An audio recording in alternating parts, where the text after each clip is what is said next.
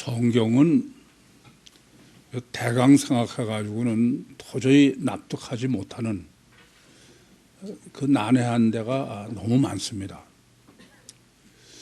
그런 중에 도대체 바울이 유대에서 로마로 가는 게 뭐가 그렇게 그게 얼마나 중요하기에 아니 무려 사도행전 23장부터 28장까지 6개 장이 간단해요. 바울이 이 유대에서 로마로 옮겨가는 거예요. 그런데 그게 뭐 그렇게 대단하다고 무려 6장씩이나 성경이 할애를 했냐 이게요. 전 제가 이해 못하는 가장 큰 것 중에 하나예요. 여러 번 말씀드린 대로 요한복음 20장 30절과 31절에는 주님의 공생의 사역도 웬만한 거는 생략해서 기록하지 않는다 이겁니다. 이게 성경이에요. 근데 주님도 아니고 바울이야. 그게 무슨 로마로 가는 게 뭐 그렇게 대단하다고 무려 성경을 6장씩이나 할애를 하냐고요. 전 괜히 남 안 하는 고민 쓸데없이 사실 전 뭐 그것 때문에 보통 제가 끙끙 앓은 게 아니야. 도대체 이게 말이 되나? 안 그렇습니까? 그게 성경을 6장씩이나 할애해서 그렇게 기록할 문제예요? 제가 보면 6절로 기록해도 이게 뭐 이렇게 대단하다고 6절씩이나 할애하나 그럴 판인데 참 글쎄요. 저는 남이 안 하는 고민을 해서 걱정인가 봐. 사도행전 23장부터 28장까지니까 사도행전 28장이 로마에 도착해서 끝나는 거 아니에요? 그러니까 결국은 사도행전 23장부터 28장까지 6장은 유대에서 로마 가는 거 그것 때문에 6장을 할애한 거야. 참 너무 어려워. 조금 실마리를 우선 찾을 수 있는 거는 사도행전 23장 11절에요. 예수님께서 환상 중에 바울에게 현현하셔가지고 네가 예루살렘에서 나에 대해서 증거한 것과 같이 로마에 가서도 증거해야 되겠다. 그러니까 우선은 바울이 이렇게 로마로 가는 것은 주님이 설정하셨구나. 이제 조금 그래야 이해가 되고 받아들일 수 있죠.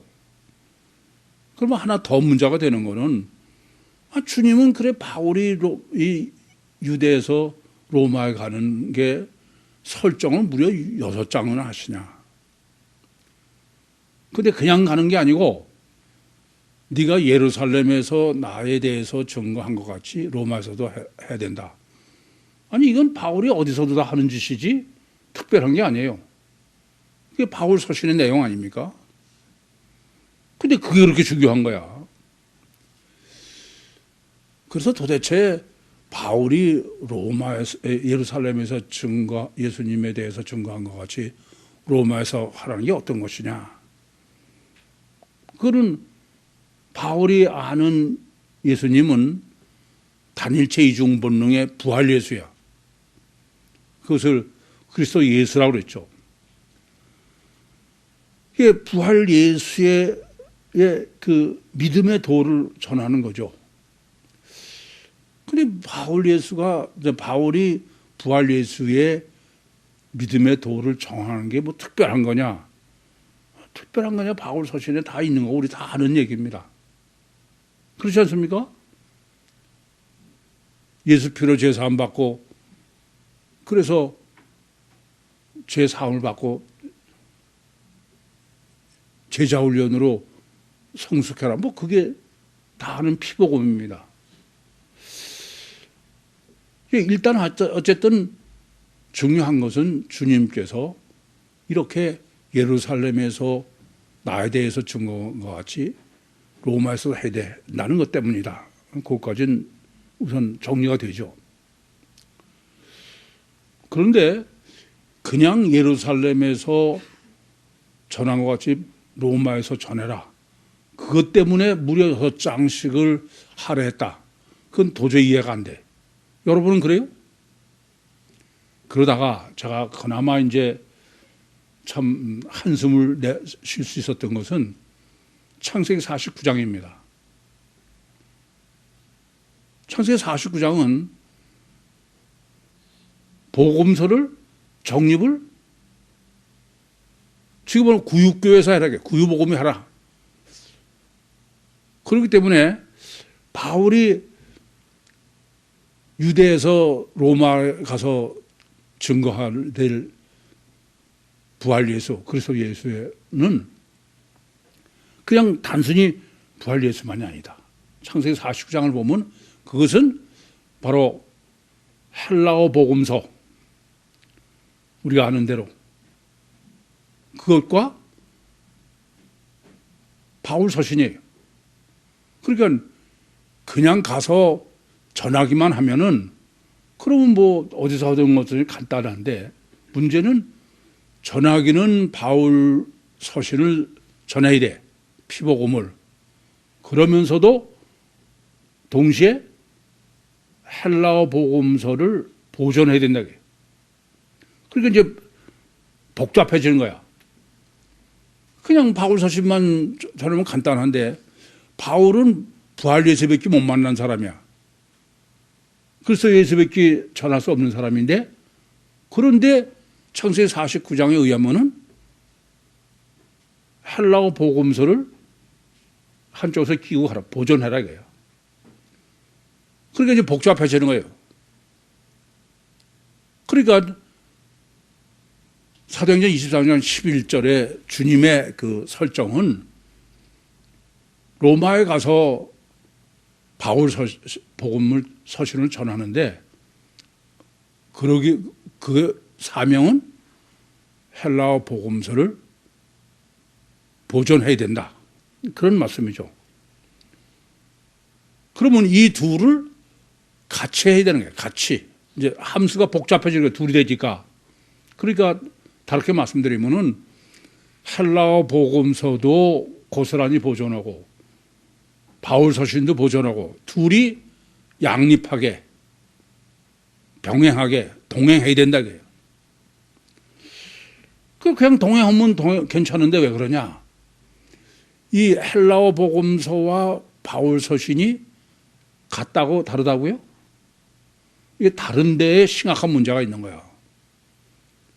이게 다른데 어떻게, 무슨 사명은 뭐냐 하면은 바울 서신이 헬라어 복음서에 영향을 끼쳐도 안 되고, 같으면은 영향 끼치고 아니고 상관없죠.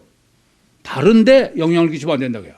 거꾸로 헬라어 복음서가 또 바울 서신에 영향을 끼치면 안 된다고요. 제 말이 무슨 말씀인지 이해됩니까? 그러니까 바울 서신이 헬라어 복음서에도 오염돼도 안 되고, 또 헬라어 복음서가 바울의 서신에 오염돼도 안 된다고 해요. 다르게 말씀드리면 헬라어 복음서는 헬라어 복음서 고유의 독립적으로 그대로 있어야 돼. 영향을 안 받고. 마찬가지로 바울 서신은 바울 서신대로 헬라어 복음서의 영향을 받지 않고 고스란히 보존이 되게 돼. 근데 이 둘이 같은 게 아니라 달라. 이 둘이 다른데 서로 아무런 영향을 미치지 않으면서 둘을 같이 병행해서 보존해야 된다 이게요. 이건 간단한 얘기가 아니에요. 상당히 심각한 문제가 생겨.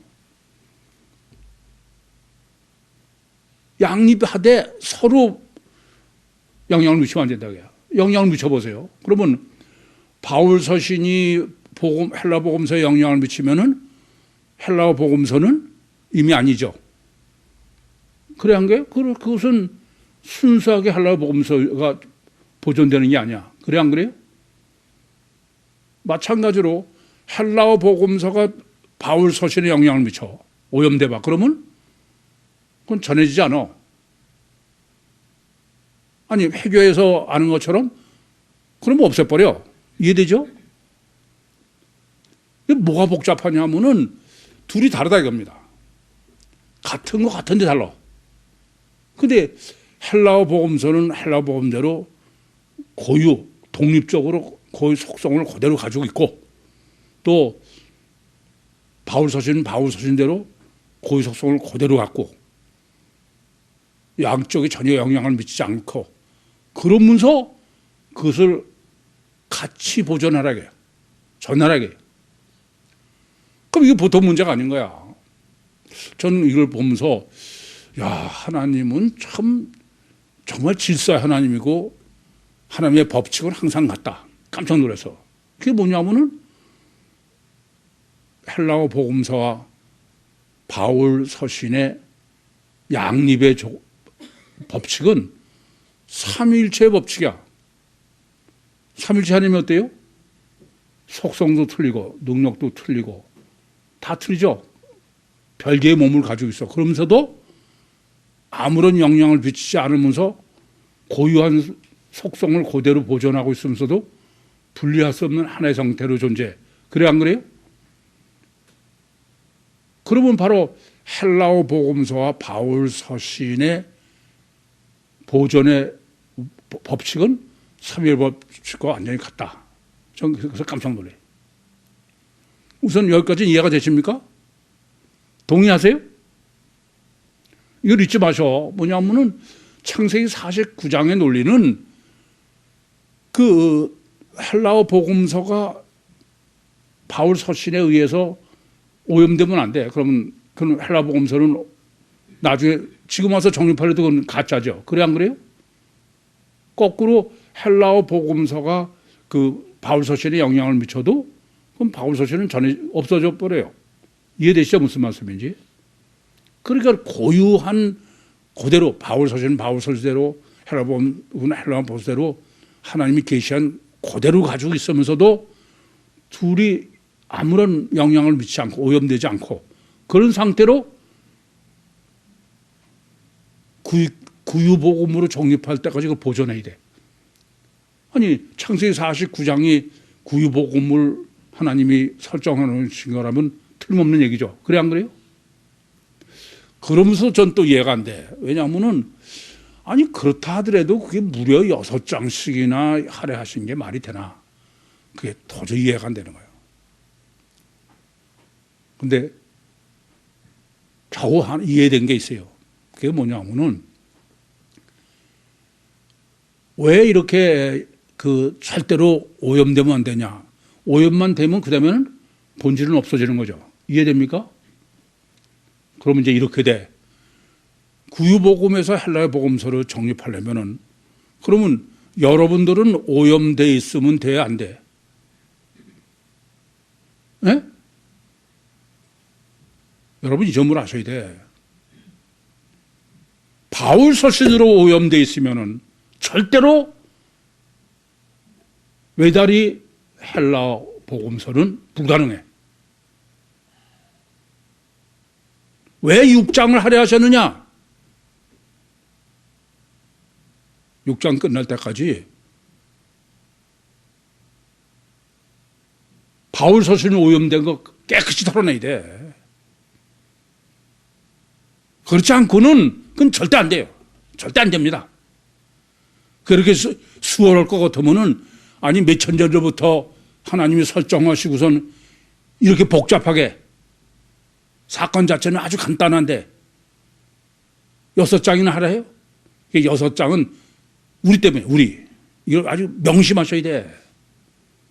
저부터는 거의 불가능해. 지금까지 내가 30년 여러모로 목회하면서 이건 거의 불가능합니다.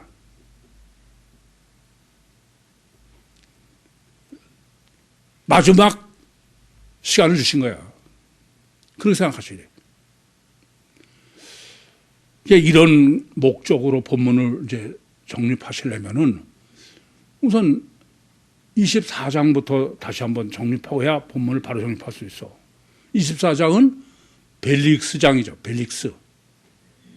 25장은 베스토장, 야에 25장 첫 단어가 베스토로 시작됩니다. 그럼 24장 벨릭스장은 어떤 거냐? 벨릭스는 이방인이에요. 총독으로. 그러고선 그 사람은 원래 바울을 심판하려고 그런 사람이지 바울 편이 아니야. 그런데 바울의 그 변명, 바울의 변호를 듣고 이방인인 벨릭스 총독과 그의 아내인 유대교인 두루실라가 기독교로 개종을 했어.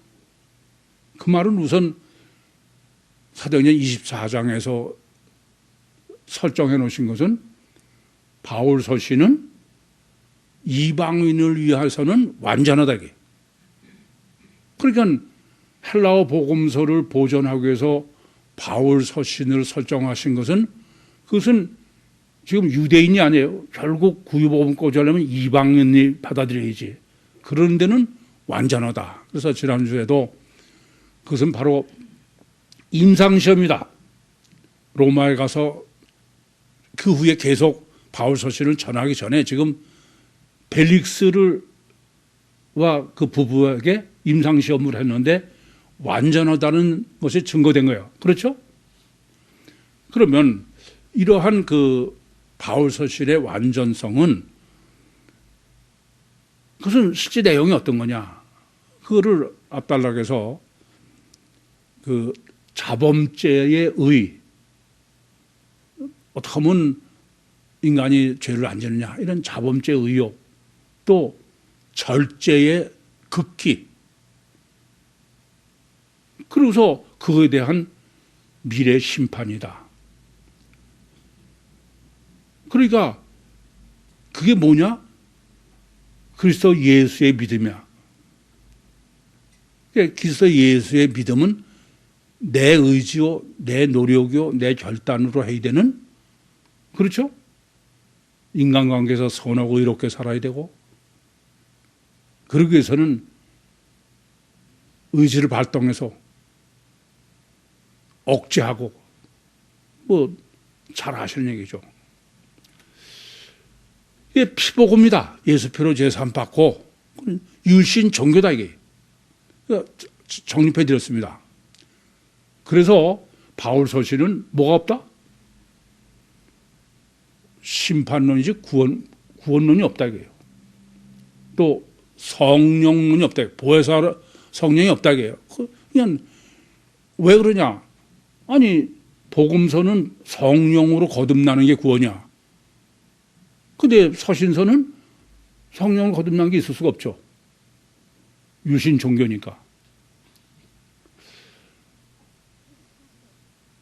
그러면서 그래서 중요한 것은 벨릭스로 설정한 것은 벨릭스를 육체 우선 이중체가 불가항력적 본능을 가지고 있다.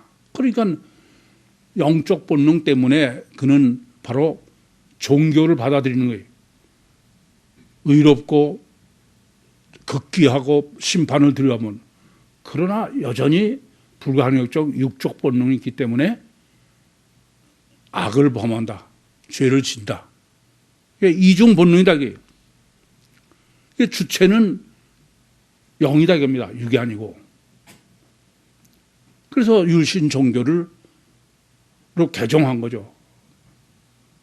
그러나 인간은 바로 벨릭스로 정립해 준 거는 원죄 아닌 사람이 없다. 유대인도 다 마찬가지고. 이렇게 이중적 존재이기 때문에 육체 우선이고 주체는 영이기 때문에 외식이 필연적이다. 여러분들 뭐 아주 거룩한 척 하지 마. 웃기는 얘기하고는 다 속이고 외식하는 거지. 뭐 자기 좀 보면 그래요. 꽤 자기는 뭐 거룩한 척 하는 거 봐. 정말 웃어. 너무 웃겨. 널뛰기가 필연이다. 이게. 자기 자신에게 정직해야 돼. 우선. 이 점을 앞단락에서 정립하는 가장 중요한 내용이다. 그래서 이제 이번에는 첫 단체, 지금 1절 첫 단추의 첫 단어가 베스토입니다. 우선 먼저 아셔야 될 것은 벨릭스와 베스토의 대조법이에요. 벨릭스는 실제로 또 로마 총독으로 심판을 하려고 그러다가 오히려 기독교로 개종한 사람이죠. 그럼 베스토는 어떠냐? 대조법을 먼저 전제해야 베스토를 설정하는 게 바로 보여요. 지금 베스토 첫 단추를 강조하고서 그러고선 도임하자마자 3일 만에 예루살렘에 올라갔다 이거예요. 3일 만에 올라가고 뭐 3개월 후에 올라가고 무슨 중요해 그렇게? 예? 그거 뭐하러 써? 근데 그게 보통 중요한 게 아니야. 뭘 보면 아느냐? 요담에 보시면은 그러니까 부임하자마자 그냥 짐 풀자마자 대뜸 예루살렘에 올라갔다는 거예요. 근데 예루살렘에서는 며칠 있었어요? 그 다음에 보시면 8일 또는 10일 있었다는 거야. 그것이 8일 있으면 어떠고 10일 있으면 어때? 근데 가이사라는 로마 총독이 관저가 있는 데고 예루살렘은 유대인의 도시나 수도나 마찬가지죠. 근데 예루살렘에서 더 오래 있었다 이거예요. 어느 게 더 중요하다는 거예요? 이게 절대야. 그러니까 베스토는 중요한 건 유대인이지 바울은 귀찮은 존재야. 무슨 말이냐면은 좀 그러지 않아도 뭐 대제사장이요 또 장로요 유대인의 높은 사람이요 유력한 사람으로 내려가서 사실 이런 얘기예요. 베스토는 할 수만 있으면은 빨리 이 바울 거는 끝내서 쳐버리고 싶어. 왜냐하면은 이 사람이 총독으로 새로 부임해 왔어. 그러면은 이 사람이 지금 상대해야 될 것은 다스리고 해야 될 것은 유대인들이에요. 근데 바울은 지금 귀찮은 존재야. 그럼 베스토가 사실은 웬만하면 그냥 당해서 쳐버려. 그래야 맞는 거야. 그게 지금 베스토의 심령이다 그런 생각이에요. 근데 지금 주님이 설정해 놓으신 건 그렇게 못하게 해놓은 거야. 이 베스토가 의로워서가 아니야. 이거 보세요. 지금 식민지를 통치하러 와서 재판을 하는 거야. 첫 번째 재판. 그런데 그를 만약에 유대인의 비에 맞추기 위해서 지금 사실은 지금 벨릭스도 그랬다고 그러는데 베스토도 유대인의 비를 맞추고 싶지 바울은 귀찮은 존재야. 그래서 유대인의 비를 맞추라고 그냥 적당히 해가지고 끝장냈다. 그러면 되느냐? 그걸 못하도록 설정해 놓으신 거예요. 왜냐하면 그렇게 해보세요. 그러면 그 다음부터는 유대인들 다룰 수가 없어. 그러니까 베스토는 자기 자체가 의인이라서가 아니라 이방인으로서 육체 우선이 가서 결과가 절대인 기준이고 그러고선 로마법을 철저하게 적용을 해야 돼. 이후에서 통치하려면은 로마법으로 해야 돼요? 유대법으로 해야 돼? 이해됩니까? 그래서 주님이 어떻게 설정해 놓으셨냐면은 공의롭지 않을 수 없게 해 놓으신 거야. 도저히 그렇지 않은 건 불가능하게. 이해되십니까? 그래서 지금 베스토가 바울을 그 이후에 심판을 하죠. 근데 무죄예요, 유죄예요? 무죄야. 그 말은 긍정적으로 보든 부정적으로 받은 완전 설정해 놓으신 거야. 이방인을 전하는 거로는 바울 서신은 완전한 거야. 완전 무죄야. 이해되십니까? 그게 지금 벨릭스로 설정해도 증거해도 베스토로 해도 그건 마찬가지다 이겁니다. 하나님은 가장 완전하죠. 그래서 이제 이게 문제가 되는 거는 이 주님께서 설정을 어떻게 지금 바울이 로마에 가는 것은 지가 가고 싶어서 가는 게 아니야. 사도행전 23장 11절에 주님이 네가 예루살렘에서 나에서 증거한 것 같이 로마에 가서 해라. 그래서 주님의 설정대로 지금 전개가 되는 겁니다. 그렇지 않습니까? 그러면 벨릭스로서는 완전 무죄야. 벨릭스는 개정까지 했으니까. 근데 베스도로서는 꼴보기 싫지만 할 수가 없어. 이해되죠? 그래서 벨릭스로는 그 바울 서신의 이방에 그 전하는 데는 이방인이 받아들일 기준으로 가장 완전한 걸 증거한 거고, 벨릭스로는 꼴보기 싫지만은 그 꼴보기 싫은 걸 이용해서 바울을 로마로 보내게 하신 소명을 받은 거야. 이해돼요? 그런데 가장 문제가 되는 겁니다. 주님이 설정하신 것인데 왜 바울을 죄수로, 아니 벨릭스가 보냈으면 죄수가 아니에요. 부죄로 그냥 보내면 돼. 그래 안 그래요? 근데 부정적인 베스도가 보낸 거는 저 죄수로 보낸 거야. 그 이후에 보시면. 그래 안 그래요? 그럼 왜 주님께서는 무죄인 바울을 꼭 죄인이 되게 해가지고, 그래가지고선 바울이 원해서 가는 게 아니고 억지로 로마로 압송하게 하셨냐고요. 이 설정이 가장 어려워. 전 도저히 납득이 안 되는 거야.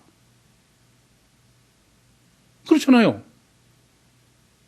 아니 바울이 뭐 잘못된 게 있거나 그러면, 근데 벨릭스로서는 완전히 무죄라 뭐 그냥 석방해도 되는데 2년 동안을 잡아놓고 있었고, 또 베스도가 또 보면 무죄예요. 그러니까는 베스도 오기 전에 끝장내면 되는데 왜 꼭 부정적인 베스도에 의해서 죄수로 가게 하냐.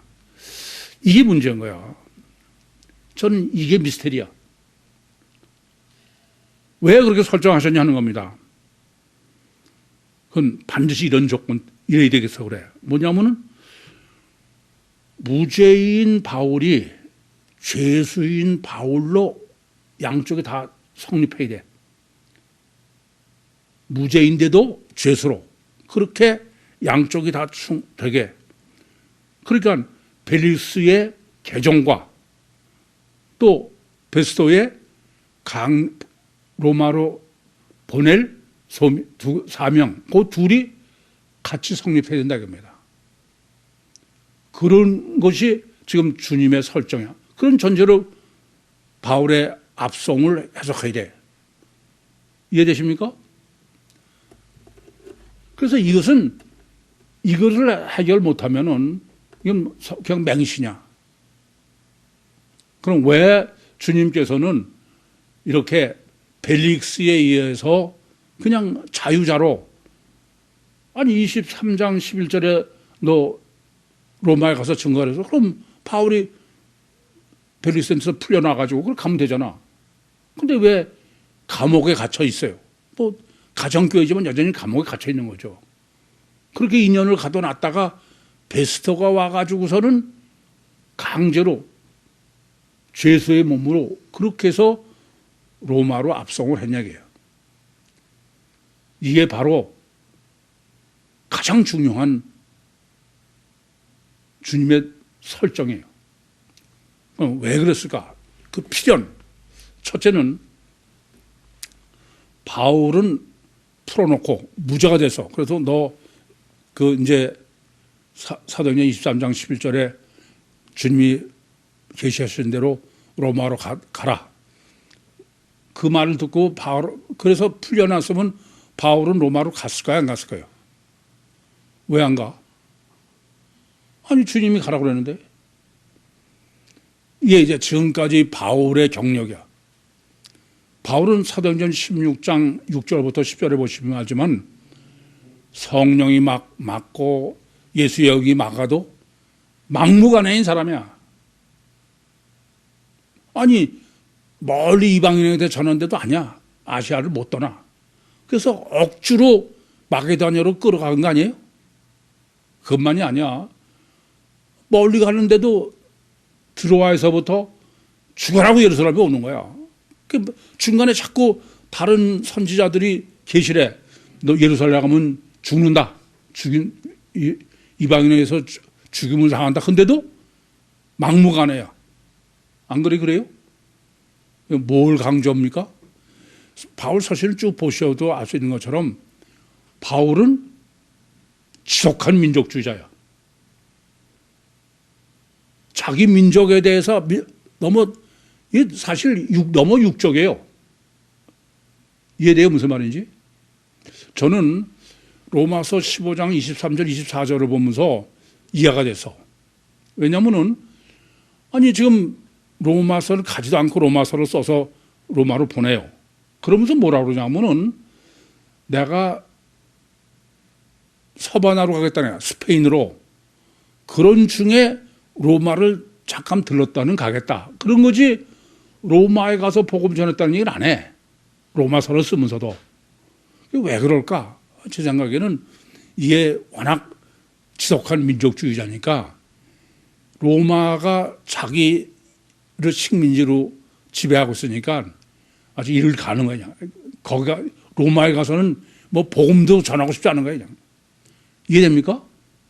그래서 바울은 벨릭스에 의해서 완전히 풀려나도 그 사람은 로마로 갈 사람이 아니야. 그러니까 주님은 로마에 가서 세계의 모든 길은 로마로 통하잖아요. 그래서 결국 구육교회까지 와야 되는데 안 들어먹는 거야. 요나같이 꼭. 요나도 스페인으로 가려고 그런 사람 아니에요. 두 번째 꼭 바울을 압송해야 되는 거는 우선 여쭤볼게. 만약에 바울이 벨릭서가 무죄로 풀어놔서 무죄로 만약에 유죄로 판정됐다 그러면은 당연히 죽죠. 왜 죽어요? 유죄로 판정되면은 돌탕에 맞아 죽어. 그래 안 그래요? 스테반처럼. 그러니까 그 지금 재판에서 유대인이 고소를 한 것에서 벨릭스가 재판을 할 때 유죄다 그러면 그건 돌탕에 맞아 주는 거야. 그런데 무죄다. 그럼 풀어놔야 돼. 그렇죠? 그 풀어놓으면 어떻게 될까? 법무냐? 풀어놔도 죽어. 왜요? 암살하잖아, 지금. 암살하고 지금 벨룩이 있는데? 그러니까는 어느 쪽도 풀어놓을 수가 없는 거야. 무죄라고 풀어놔도 암살을 당하고, 유죄라고 풀어놓으면은, 유죄라고 유대인에 넘기면 돌탕에 맞아 죽고. 그래, 안 그래요? 그러니까, 죽지 않고 로마로 보낼 수 있는 유일한 길은 뭐냐? 이해됩니까? 아니, 벨릭스가 2년 동안 바울을 감옥에 가둬놓고선 가정교회를 한 거는 벨릭스가 달래는 게 아니야. 실제로는 풀어놓으면은 암살 당할 테니까. 그게 하나님의 주님의 설정이죠. 그래서 유대인들에 의해서 암살을 당하지 않거나 또는 돌탕에 맞아 죽지 않는 것은 무죄이지만 죄수로 전혀 유대인들이 손을 못 대게.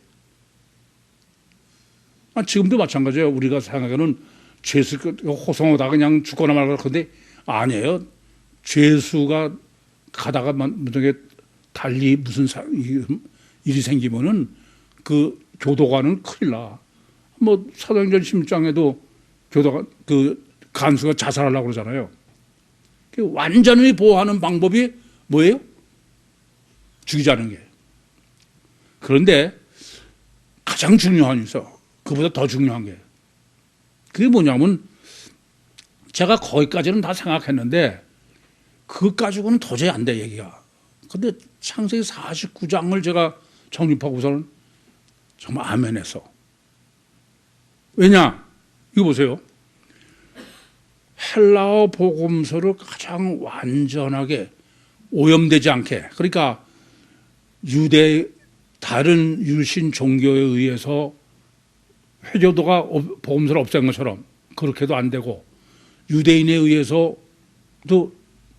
오염이 안 되고 없어지지 않고, 또 서신서 바울 서신에 의해서도 그 헬라어 복음서가 오염이 안 되고, 또 헬라어 복음서도 바울 서신에 전혀 오염이 안 된 완전한 순수하게 바울 서신은 바울 서신대로, 또 헬라어 복음서 복음대로 그대로 보존할 길은 뭐밖에 없냐? 그걸 지금 본문이 기가 막히게 설정해 놓으신 거예요. 그게 뭐냐면 바울을 죄수로 호송하는 거예요. 무슨 의미냐? 이게 저는 본문을 정립하면서도 야, 내가 감옥살이를 하지 않았으면 창세기 49장 봐도 이거 정리 못했다 그랬어. 왜냐? 이거 보세요. 죄수라는 의미가 뭔지 아세요? 죄수? 죄수는 티끌만큼도 자유가 없어. 티끌만큼도 자유가 없는 거야.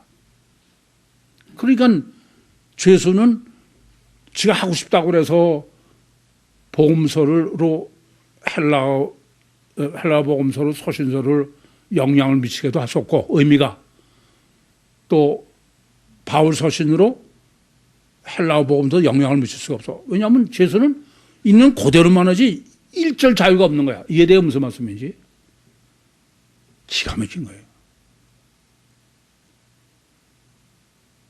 헬라어 복음서는 헬라어 복음서로 그대로 바울 서신은 바울 서신으로 그대로 그걸 그대로 유지해야 돼. 그대로 보존해. 그래야 바울 서신은 이방인한테 먹혀 들어가서 구육교회 복음까지 올 거고 헬라어 복음서도 변질 안 되고 오염 안 되고 구육교회까지 올 거고 이해됩니까? 그것을 보이도록 가시적으로 그렇게 지금 설정해 놓으신 게 바울을 벨릭스에 의해서 이방인에게는 완전한 바울 서신이면서 동시에 죄수로 일절 양쪽 어느 것도 손을 대지 못하는 상태로 그렇게 보존해야 된다. 그게 주님이 설정하신 완전한 무죄이면서도 죄수로 로마로 압송하도록 이해되십니까? 그것을 본문에서는 지금 유신 종교로 증거를 하는 거예요. 유신 종교로. 다시 말하면 유대인들 유대교로 증거를 하는 것입니다. 유대교, 유신 종교는 아까도 말씀드렸어요. 그 유신 종교는 뭐가 유신 종교예요? 하나님이 있는 것 같지만 없는 거죠. 그건 유대교도 유신 종교, 기독교, 바울 서신도 유신 종교야. 그렇죠? 회교도 유신 종교입니다. 유신 종교는 무신 종교하고는 달라. 그 점을 아셔야 돼. 종교가 전혀 없는 게 아니라 종교가 있다. 그러면서도 그래서 아까도 이중체 논리를 전개할 수 있었어요. 그럼 뭐 우선 자범죄로 선언이나 의가 문제가 되고 또 당근과 채찍으로 겁주면서도 그냥 극히 참고 해가지고서는 절제해야 되고 그리고 우선 미래 심판이야. 무신에는 심판 없죠. 그래 안 그래요? 두려워하는. 그래서 지금 이 바울 서신도 마찬가지고 유신 종교고 회교도 기독교도 유대교도. 그래서 그 지금 문제가 되는 거는 이 헬라어 복음서를 보존하는 데는 유신 종교가 가장 문제가 되니까 같이 바울 서신을 같이 가져간다는 얘기는 유신 종교가 같이 가야 돼요. 그렇죠? 그럼 유신 종교는 어떤 거냐? 지금 본문입니다. 지금 본문 이래요. 지금 이 베스도가 부임한 지 3일 만에 예루살렘에 올라갔는데 그래서 대장이나 유대인의 높은 사람들이 아니 2년 전 사건이야. 지금 2년 전에 재판하고 끝나고서는 1년 내내 지금 바울은 잊어버린 상태 아니에요. 그런데 제일 첫 번째 뭐라고 하냐면은 바울을 지금 죽이려 드는 거야. 이게 무슨 얘기냐면은 유신 종교의 문제야. 과거 지향적이다. 이해됩니까? 아니 2년 전이면 이제 아니 그거만 맨날 생각하고 있어? 다르게 말하면 뭐냐면 고착이래. 고착. 이 점을 아셔야 돼. 아니 대제사장이고 유대인의 절대 문제가 지금 그렇게 할 일 없어? 꼭 죽여야 돼? 이 점을 아셔야 돼. 그래서 유신 종교의 가장 문제는 과거 지향이요. 과거 지향의 문제는 본문은 고착이다. 고착이 어느 정도로 중요하냐. 제가 여러분들의 영성 세미나도 결국 7회에 걸친 영성 세미나의 결론을 제가 고착으로 끝을 내. 고착을 잘못 알면은, 고착 정립 안 하면은 그건 큰일 난다 그랬어요. 더 좋아 보여, 신앙이. 이거 잊지 마셔. 지금 사도행전은 무려 6장씩 설정해 놓으시고선 여러분에게 외다리 복음서로 하기 전에 해결해야 될 게 뭐냐. 고착 해결하게. 과거 지향. 서신서 신학 오염되거 신앙. 그래서 하나님은 이건 절대 안 되는 거야. 그래서 아브라함을 부르실 때도 네 본처 친자 아버지를 떠나라게. 과거 지향적은 절대 안 돼요. 예수님께서도 누가복음 9장 62절에 손에 쟁기를 잡고 뒤를 돌아보는 사람은 절대 하나님 나라에 합당치 않다 이거예요. 여러분 이 점을 아셔야 돼. 유신 종교로 지금 정리되는 게 가장 큰 문제야. 여러분들 제가 보면 여기서 헤어나지를 못해. 제가 30년 동안 하면서 아주 아무리 방방 뛰어도 안 돼.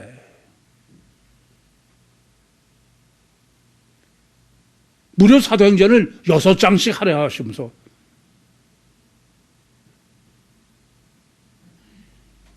아시겠습니까? 출애굽한 이스라엘이 광야에서 다 죽은 게 과거 지향적이에요. 과거에 고착돼 있어요. 그래. 롯의 처가 소돔과 고모라에서 나왔으면 지만 소기둥인 건 과거 지향적이에요. 고착 때문에 그래.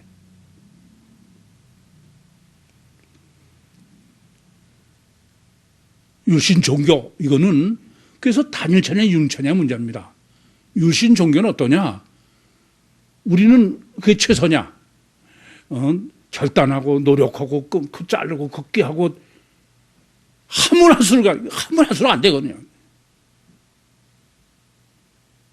여러분이 그것이 가장 선하고 옳다고 지금까지 마음과 뭘 다 해서 해온 게 한문 한수로 그건 큰 문제인 거야 이건. 노력해 보면 이건 아주 깜짝 놀래. 어떻게 여러분이 씻겠냐 이거예요. 그걸. 그 오염을. 들을 때만 심각한 것 같지만 아무 소용없어 제가. 그래서 이 나머지 몇 달 동안에 과연 이게 가능할까? 제가 아무리 방방 뛰어도 뭐 별로 심각하지 않아. 심각한 척 하는 거죠. 여러분 아셔야 돼. 인간은 육체 우선 이중체의 주체는 영이야. 겉으로 하는 거 다 사기치는 거야. 그건. 속이는 거야. 지금 본문도 그렇잖아요. 아주 본문은 이 유대인들이 얼마나 교활한지 몰라. 이러는 거야. 그 총독 당신의 호의로 카리스의 은혜로 바울을 좀 옮겨달라게. 그 이리 옮기라고 번역된 헬라어 원문이 메타펜포예요. 메타펜포를 24장에서는 어떻게 썼어요? 귀하게 초빙한 거야. 이게 속으로는 암살하려고 그러면서 아주 가장 귀한 분 좀 이런 식으로 해야 돼요. 그 본문이 얘기하는 게 뭡니까?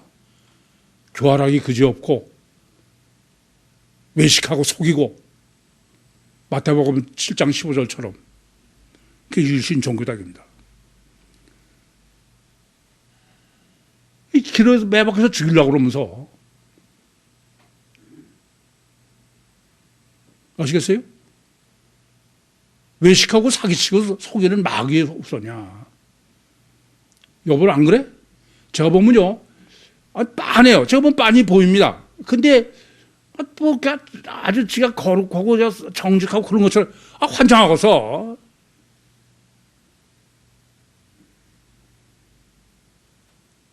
인간이라는 게 어떻게 뻔한 건데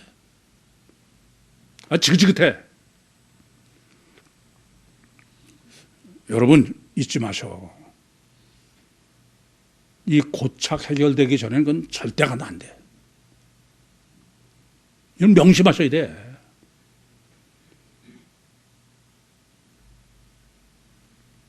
우리는 그것이 아주 가장 최선의 그렇게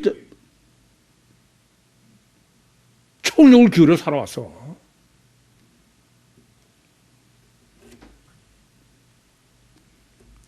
이게 왜 율신 종교가 더 문제냐? 그걸 예수님께서 마태복음 12장 38절에서 45절에 정립해 주신 거예요. 7 귀신이야. 귀신이 저 있는 집에서 나와가지고 물 없는 곳을 찾아다녔더니 물 없는 곳이 없더라. 있는데 와보니까 소제되고 술이 됐대. 열심히 회개하고 깨끗하게 하려고 말씀 깨닫고 종교생활하고 그러면은 어떻게 된다고요? 7 귀신 7이. 하면 할수록 더 나쁜 사람이 되는 거야. 착각하지 마셔.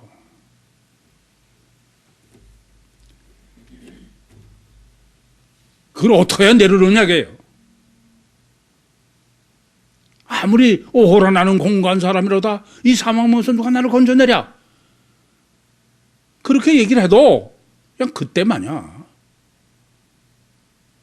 주여 나를 떠나서 나는 죄인으로 소이다. 그러면 그냥 얼굴을 못 들 것 같은데.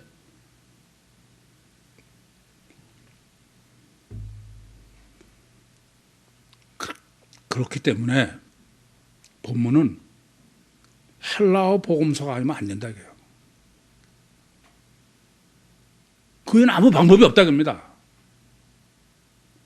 그래서 외다리 헬라어 복음서로 들어가기 전에 꼭 정리해야 될 문제가 본문의 요구예요. 율신 종교와 율신 신앙입니다. 이것부터 여러분이 분명히 정립을 하셔야 내가 지금 어떻다라는 걸 알 수 있어. 첫째, 이제 율신 종교와 율신 신앙. 율신 종교는 뭐예요? 신이 있는 것 같은데 실제로는 없는 거고, 율신 신앙은 신이 있는 거죠. 실제로. 그러니까 당연히 종교와 신앙의 차이는 종교는 인본이에요. 그래서 자범죄라고 얘기한 거 아닙니까? 신앙은 신본이야. 종교는 신이 없는 거예요. 있는 것처럼 보지는 없는 거야. 신앙은 실제로 신이 있는 거예요. 있어야 돼. 그게 제가 늘 그러잖아요. 난 하나님을 실제로 믿는 사람 못 봤다. 하나님 실제로 믿으면 안 해. 전혀 그렇잖아.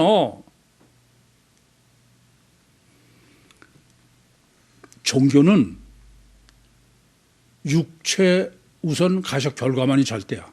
그게 기준이야. 그럴 수밖에 없죠. 신도 없는 입장에서 안 그렇습니까?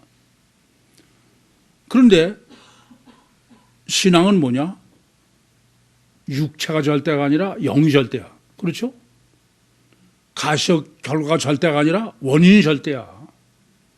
지금 짧은 시간에 쭉 나열하지만 여러분들 나중에라도 이건 써놓고선 생각하셔야 돼. 또 하나는 종교는 과거지향적이야. 내가 지금 그런 걸 앞으로 서신서나 복음서를 보시면서 이 기준이 없이는 여전히 섞여 있어. 종교는 과거지향적이고 신앙은 뭐예요? 미래지향이야. 이러지 마셔. 그래서 종교는 고착이 문제인 거야. 고착이 필연인 거야. 신앙은 미래지향적.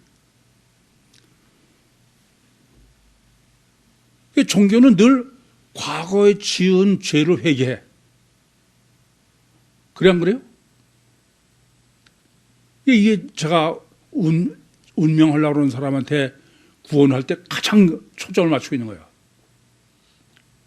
가장 인간적으로 보면은 뭐 죄 회개하시고 죄 사함 받고 어쩌고 큰일 날 소리야. 그걸 더 본질적으로 얘기하면 과거지향적이야. 신앙은 뭐예요? 미래지향적이에요. 그리고 그래서 종교는 회개가 중요한데 신앙은 믿음이야.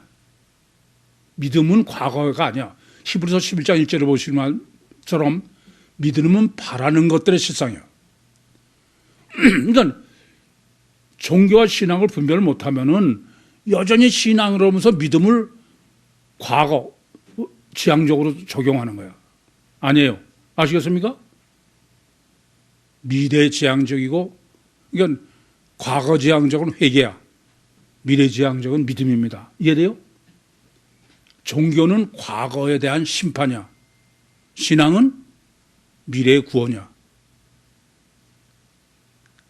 이해되십니까? 이 점을 아셔야 돼요. 이런 명확한 이제 정립을 하시고선 외다리 복음서로 가셔야 정말 복음서가 살아서 역사할 수 있어. 그렇기 때문에 종교는 맨날 자범죄가 문제고, 회개해야 되고, 죄 용서받고. 그러나 이거 보세요. 신앙은 회개가 아니야.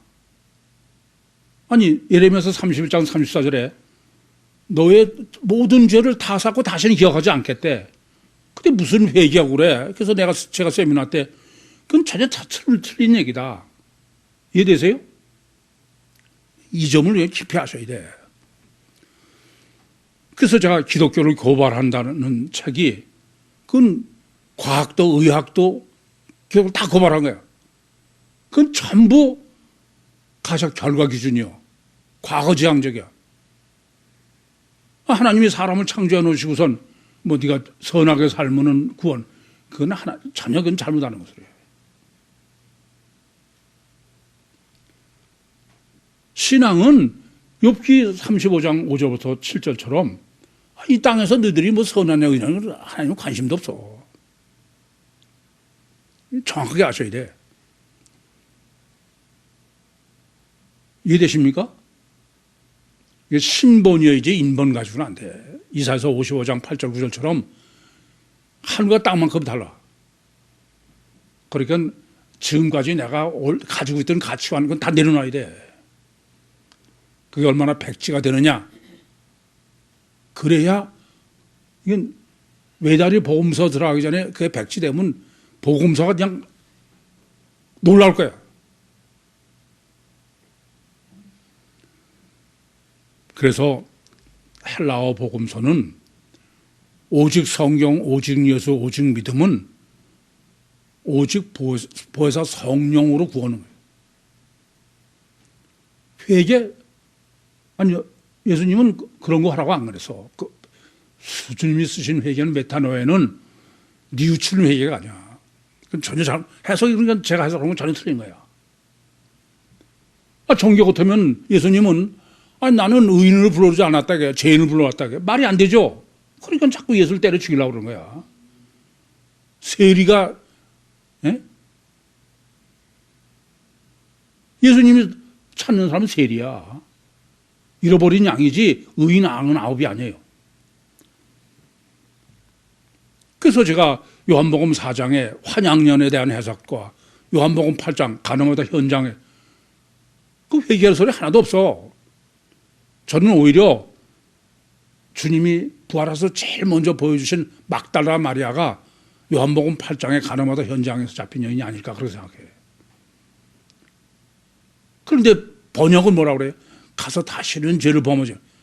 오면 그렇잖아요.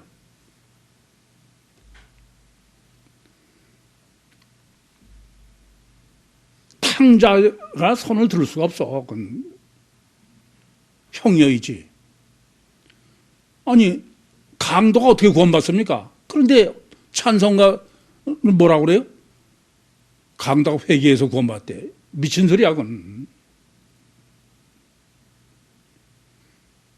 정말 여러분이 피복음을 깨끗이 끝이 정말 오염된 걸 다 씻어버려서, 아니요, 복음서가 복음서로 보여야 돼. 그렇지 않으면 복음서가 복음서로 안 보여요. 복음서가 정말 복음서로 보이면 전혀 틀려.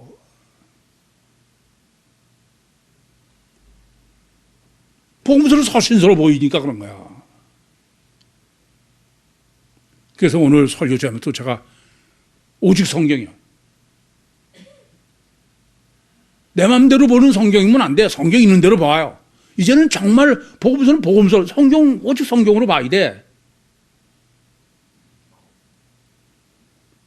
성경은 사람은 육체 우선 이중 제어 주체가 영이고 그게 바로 인간이다. 그리고 성경은 오직 구원이야. 구원 하나밖에 없어. 지금 1474번 저는 오직 구원 하나만 설교하는 거야. 그래서 제가 세미나하면서도 당신이 목회하려고 그러냐? 그러면 성경 전체를 구원론으로만 봐라. 성경을 구원론이 아닌 시각에서 보는 건 전혀 잘못 보는 거야. 아니, 하나님이 천지를 창조하시고 성육신하신 신임매셔 모든 목적이 뭔데? 디모데후서 2장 4절 말씀처럼 하나님은 모든 사람이 구원받고 진리를 아는 데를 원하셔. 제가 여러분하고 보면서 제일 아주 기절할 노릇은, 아니 여전히 제가 뭐 신론이요 뭐 그런데도 앉아 이렇게 치르는 거 보면 전부 종교적인 것으로 치고 있어. 그건 아닌 거예요. 성경 보는 것 자체가 틀렸어. 왜 여러분 코 여면 자꾸 딴소리 합니까? 안 돼요. 이제 시간이 없어 정말.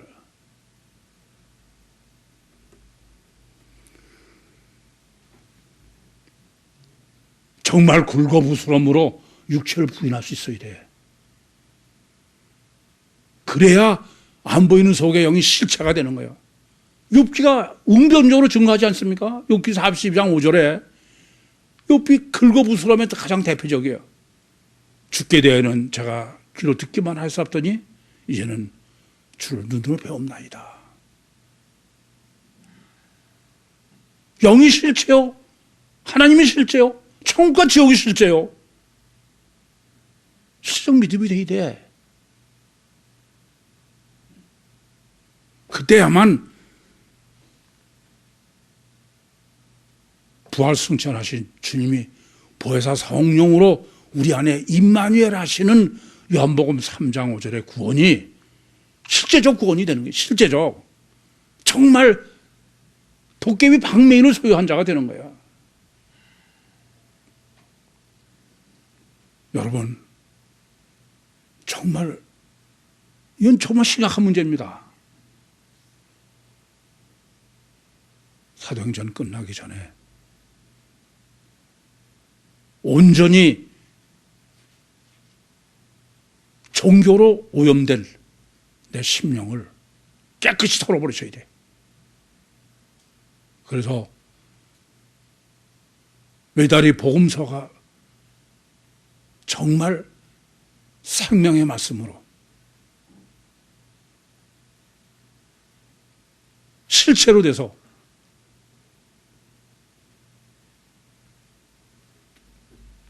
실체이신 주님으로 말미암아 육신과 세상을 승리하시고 실제이신 주님으로 천국의 주인이 되셔서 주님이 가장 사랑하시고 자랑하시는 영광의 종말 때 선택함을 받으신 구유 모든 식구들이 되시기를 간절히 소원합니다. 기도하시겠습니다. 살아계신 아버지 하나님, 정말 감사합니다.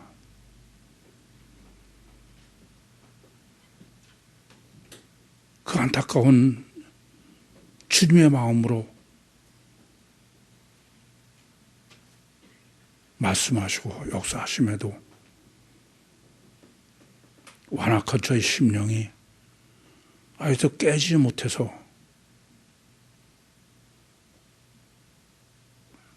일곱 귀신의 노예로 있습니다. 주님, 불쌍히 여겨 주셔서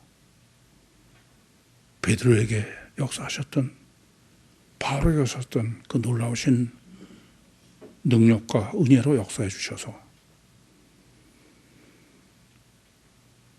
4,000년부터 선택하신 종말 때의 그 모든 식구들 한 사람도 나고자 없이 보혜사 성령으로 구원받고 휴거의 영광을 누릴 수 있는 축복을 함께 해 주시옵소서.